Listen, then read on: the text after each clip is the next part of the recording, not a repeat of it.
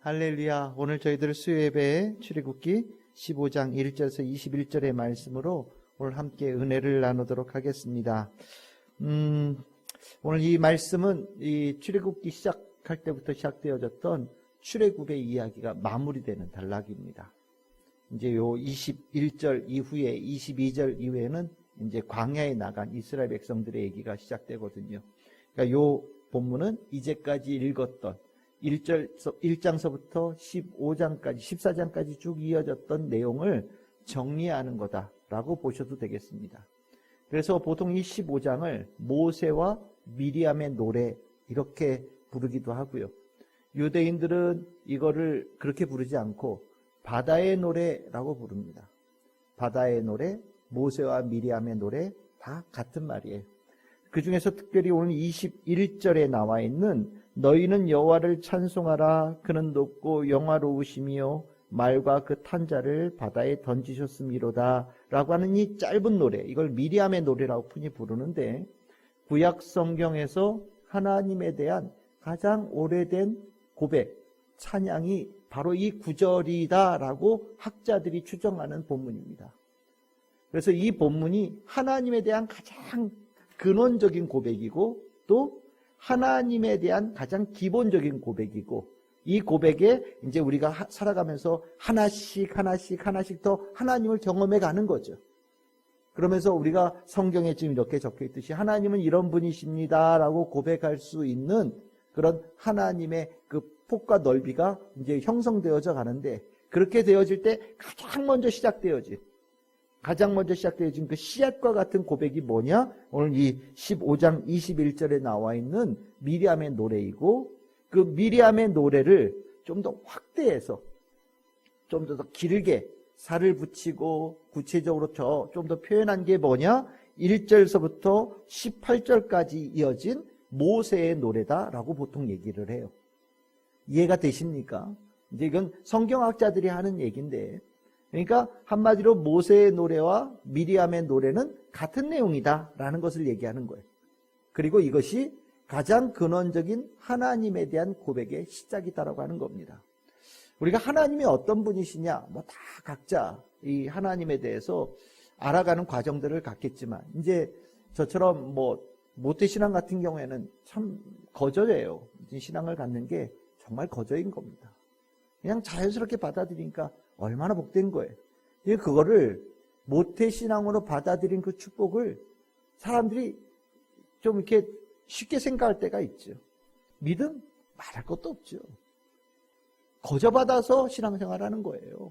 만약에 처음부터 하나님 다 만나게 하려면 정말 험난한 세월을 거쳐와야 하나님을 만날 수 있는 거예요.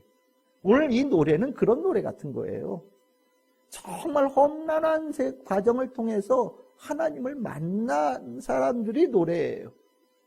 험난한 세월을 가졌을 때 노래할 수 없었던 사람들이 하나님을 만나서 하나님의 은혜를 입어서 노래한 자가 될 수 있었다라는 것이 이 노래의 핵심이에요. 나를 노래하게 만들어 주셨어요 라는 거예요. 그거는 일종의 개별적인 그런 신앙이죠. 다 개별적으로 나를 그렇게 만드셨어. 그런데 그게 나 하나로 끝나면은 신앙이 제대로 서지 않았을 텐데, 내가 그렇게 고백했더니 옆에 있는 사람도 나도 그랬는데, 옆에 있는 사람도 나도 그랬는데, 그래서 다 똑같이 모두 똑같은 하나님에 대한 고백을 할 수 있었고, 그래서 그 하나님이 위대한 하나님, 아름다우신 하나님, 검증된 하나님, 능력의 하나님으로 노래될 수 있다는 것을 우리에게 얘기해 주는 거예요. 그래서 이 노래는 가벼운 노래가 아닙니다. 이스라엘 백성들이 애굽에서 400년 넘게 고생하면서 나온 노래고요. 또 장전만 60만이라고 하는 그 사람들이 모여서 한 목소리로 낸 노래예요. 이 노래에 대해서 나는 이 노래 동의할 수 없어요 라고 했다면 아마 이 노래가 남지 않았을 거예요.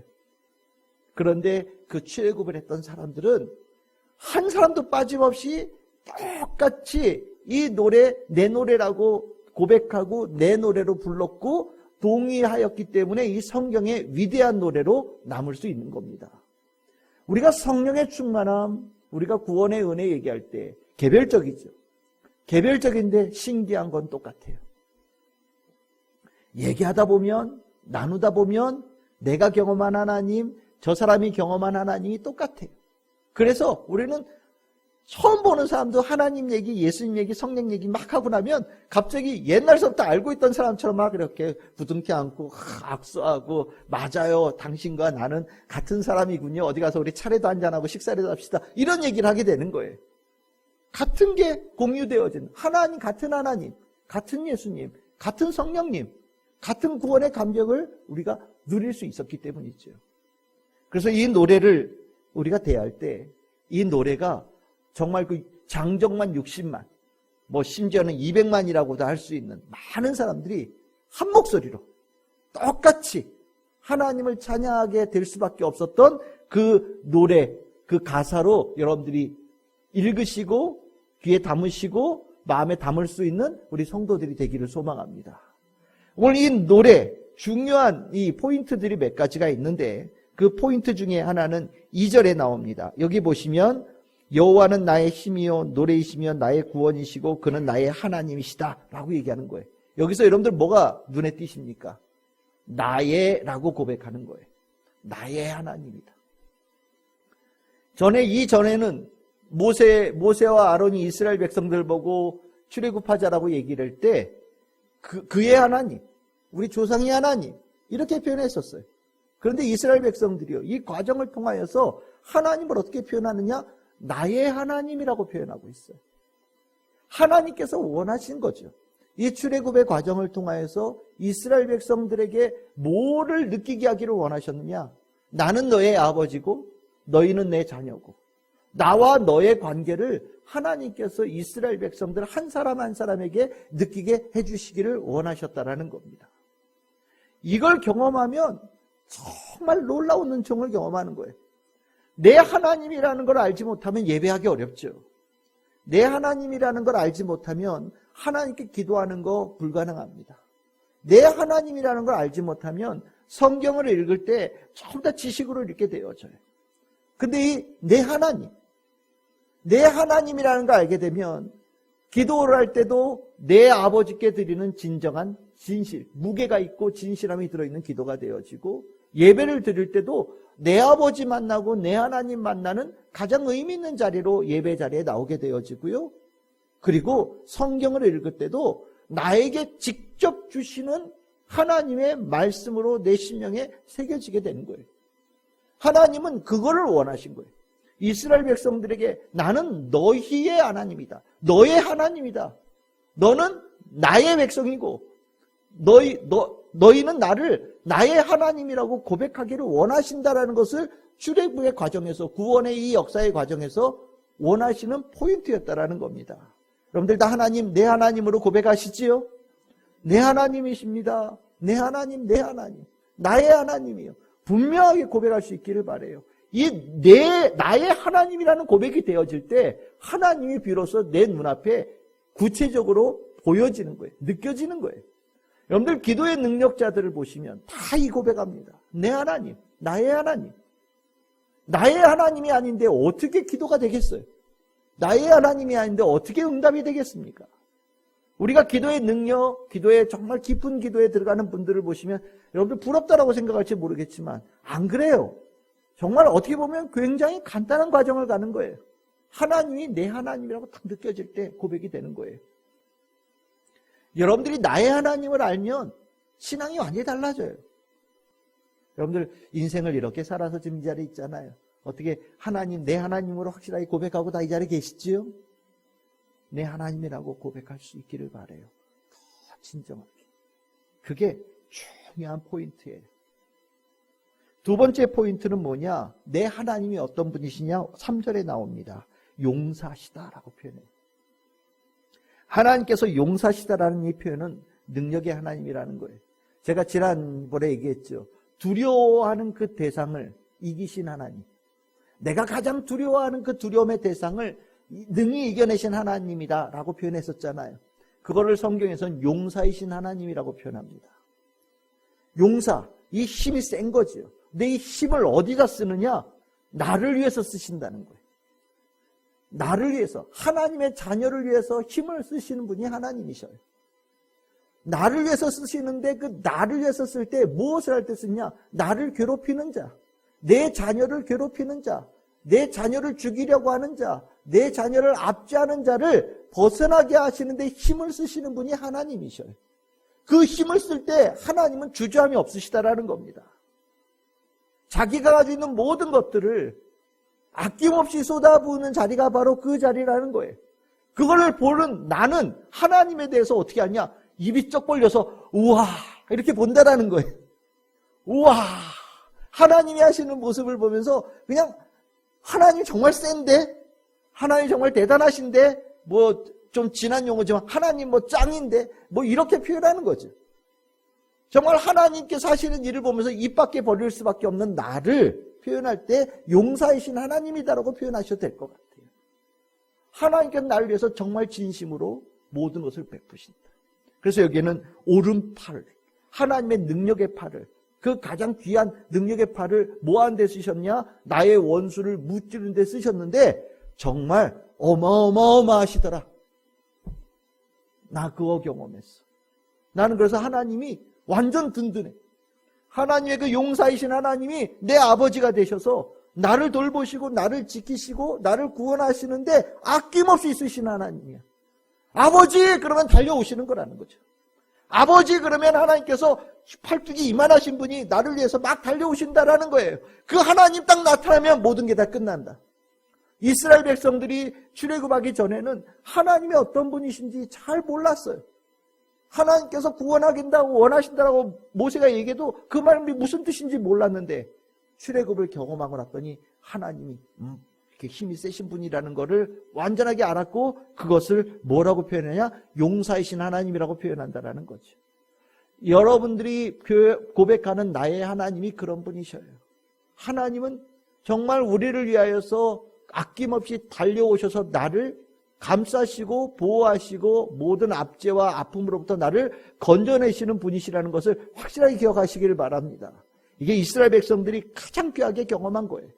그 다음에 경험하는 게 뭐냐? 7절입니다. 위험이 있다라는 거예요. 하나님께서 우리가 힘이 세면요, 우린 생각이 어떤 생각이 드냐면 혹시 불량배처럼 힘만 센 사람 아닐까?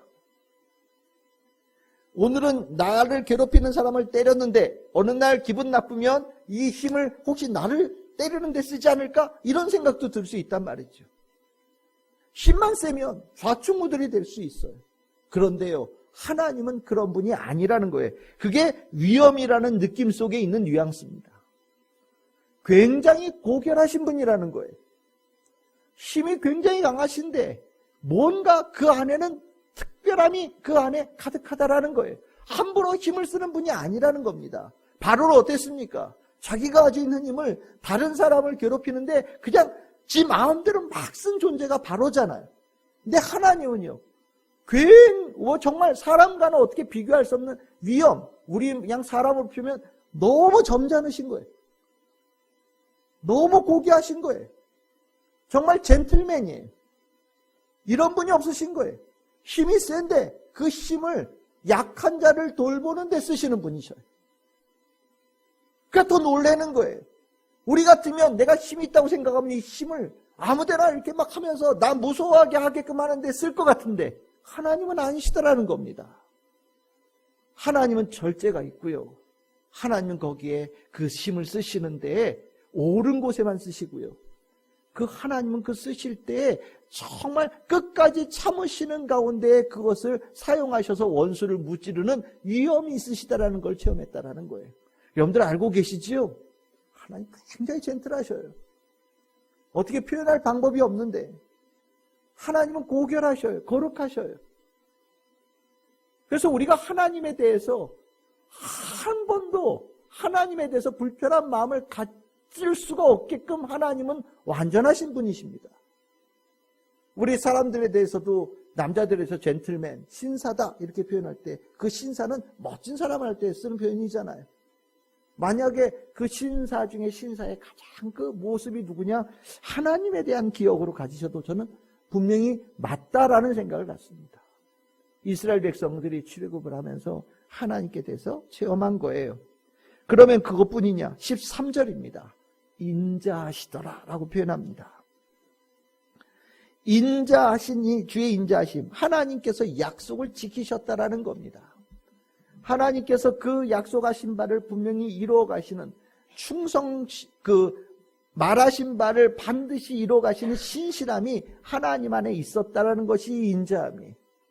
그 가운데에 하나님은 오래 참으심도 있고요. 하나님께서는 그 약속을 이루어 가시면서 우리를 향하여서 끊임없이 용서하심도 있고요. 우리를 향하여서 다시 한번 기회를 거듭해서 주시는 모습들도 있다라는 것을 이스라엘 백성들이 체험한 거예요. 그래서 인자함이라는 단어 속에는 굉장히 넓은 많은 것들이 들어있습니다. 이스라엘 백성이 하나님을 체험하면서 하나님은 정말 인자하신다라는 단어밖에 어떻게 더 쌀 방법이 없어요 라고 표현하면서, 이걸 신약으로 가면 우리는 잘 알고 있는 단어로 이 표현을 다시 합니다. 하나님은 사랑이시다라고 표현하죠. 하나님은 사랑이시더라. 하나님께서는 이 사랑하심으로 하나님의 뜻을 이루어 가시더라.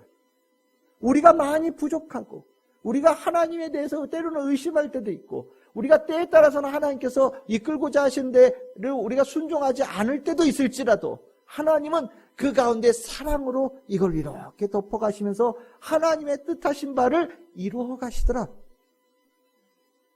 이스라엘 백성들이 바다를 건너온 다음에 이건 우리가 건너온 게 아니야. 하나님께서 우리를 건너가게끔 해주셨어. 하나님께서 우리가 건너갈 수 있도록 수없이 사랑으로 우리를 덮어주시고 이끌어주셨고 약속을 지키셔서 우리가 걸어온 거야 라고 고백하게 됐다라는 거죠. 이것이 바로 이스라엘 백성들이 출애굽을 통해서 체험한 거예요. 이것이 하나님에 대한 근원적인 고백입니다. 이 고백 속에 구원의 하나님의 행하심을 우리가 연상하고 떠올리고 마음에 새기게 되는 거죠. 이런 이 과정을 통해서 그러면 하나님께서는 우리에게 이런 일을 통해서 우리에게 어떤 것을 어떤 길로 나아가도록 만드시느냐? 그것은 17절에 나옵니다. 주께서 백성을 인도하사 그들을 주의 기업의 산에 심으시기 위해서 우리를 이끌어내셨더라. 주의 기업의 산, 가장 복된 거룩한 산이죠. 하나님이 계신 산이라고 하셔도 좋겠습니다. 하나님의 집입니다. 하나님의 집에 우리를 심으시려고 이렇게 이끌어 오셨더라. 그 집에 하나님의 처소에 우리를 심으시려고 하나님께서 이미 모든 것을 다 준비해 놓으셨더라. 그 거룩하고 아름다운 그곳을 우리가 살아갈 터전이 될 수 있도록 하나님은 이미 완전히 준비해 놓으셨더라 라고 이스라엘 백성들은 고백합니다.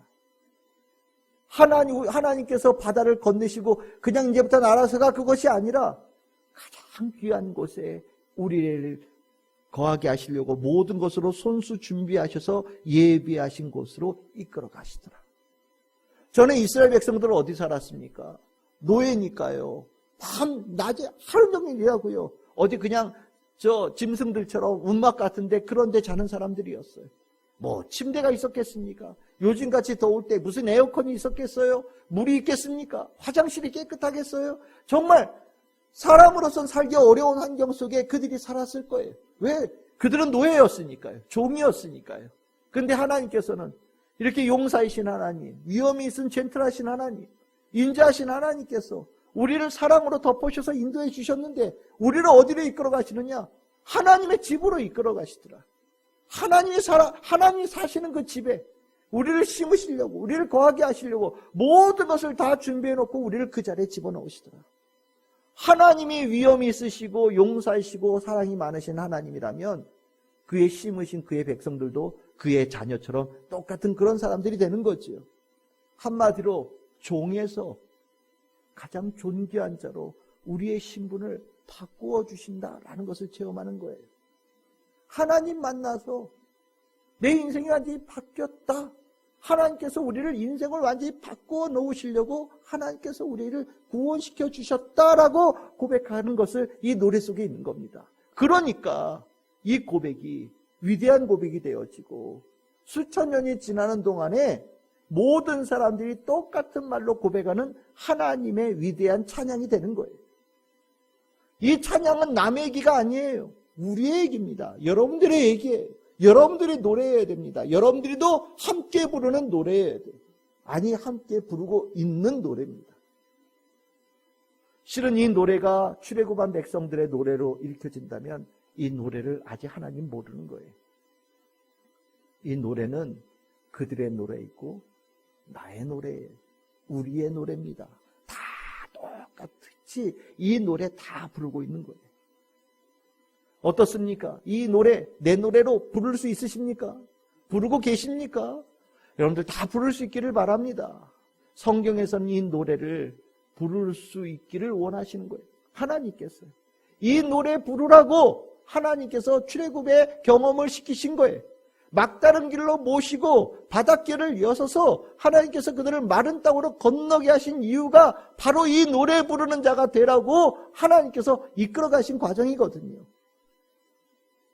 이 노래를 부를 수 있으면 잘 산 거예요. 이 노래를 부를 수 있으면 멋지게 산 겁니다. 우리가 이 여름에 정말 힘들고 어려운 시간들을 보내고 있어요. 때에 따라서는 지치고 마음이 여러 갈래로 나눠질 때도 있을지 모르겠습니다. 그런데 신앙인들은요, 날씨하고 상관없이 이 안에 이 구원받음의 노래가 있어요. 하루하루를 시작할 때 기쁨의 노래가 있는 겁니다. 아이들 이번에 수련회 했죠. 수련회 하는 이 모습을 보면서 저 아이들도 이 노래 불러야 되는데 라는 생각을 가졌어요. 예배를 드리는 이 어른들의 이 모습이 저 아이들의 눈에 정말 진실되어진 삶의 모습으로 남았으면 좋겠다라는 생각을 가졌고요. 저들도 똑같이 노래 부르고 똑같이 찬양하고 똑같이 기도하고 똑같이 하나님 예수님 찬양하면서 신앙 고백하는 아이들이 꼭 되어야 된다라는 마음으로 이번에 수련하는 과정을 지켜봤습니다. 그렇죠? 우리도 누군가의 은혜를 입어서 이 자리에서 신앙생활하는 거예요. 우리는 또 다음 세대에게 이 노래를 전해주는 겁니다. 똑같은 노래를 부를 거예요.